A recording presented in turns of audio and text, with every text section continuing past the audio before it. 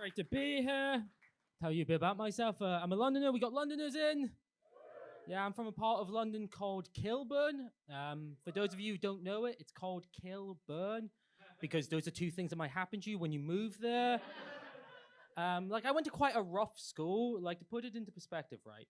The two most famous people from my school were the rapper Dappy from N-Dubs and Jihadi John from ISIS. Like, one man who was part of a group to try to bring down Western culture, and Jihadi John. Not bad. I was quite cool at school, though. I had a cool nickname at school. My nickname at school was Puff Daddy because I went everywhere with my asthma inhaler. No, I wasn't cool at school, which makes it so weird that as an adult, I decided to work at a school. Before lockdown, I worked as a teaching assistant, which I enjoyed.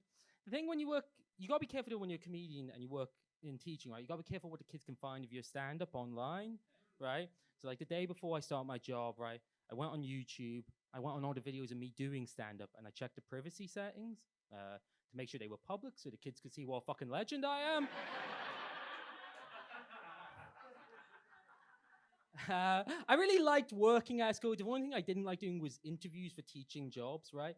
Because the main thing in an interview for a teaching job, right, like 90% of it is basically making sure you're not a sex offender, right? And I'm not. I'd like to stress that fact, right? But I am very anxious that I will say something that will make me sound like one, right?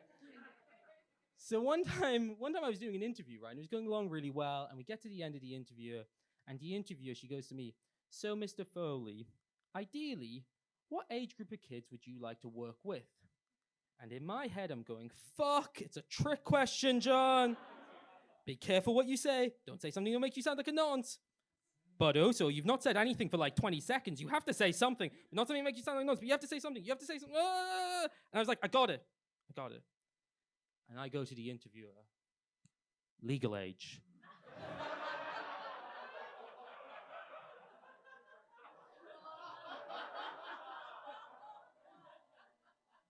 I did not get that job. No, I'm back at uni now. I'm doing a postgrad, which is fun. I enjoyed being an undergraduate a lot. I was a bit of a stoner when I was first at uni. I smoked a lot of weed, or as I like to say, I did a joint honors degree. I guess so. Like in between working and uni, I was like, there was lockdown. Everybody have a fun lockdown. Yeah, I love death. No. No, yeah, I spent lockdown the correct way, arguing with strangers online. Does everybody remember during lockdown, there was this big debate about statues, right? About whether we should keep up statues of Britain's colonial leaders, basically, specifically Winston Churchill, right? And at the time, right, I tweeted something about how, like, even though it's not taught much in history classes, Winston Churchill was like a mad racist. He was complicit in awful things in India and in Ireland and stuff, right? And but the second you tweet something like this, right, what you have is you get all these guys in your comment section with like 18 Union Jacks, right? And they all say the same thing. They all go, "Oi, if it wasn't for Churchill, we'd all be speaking German, right? If it wasn't for Churchill, we'd all be speaking German, right?" Now, I think these guys say that because to them, the worst part about the Nazis winning World War II would have been having to learn a second language.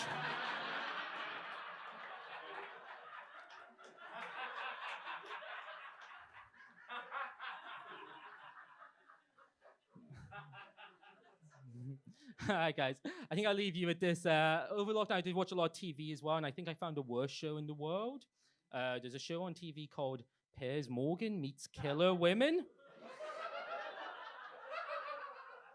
in which Piers Morgan asks women why they killed men.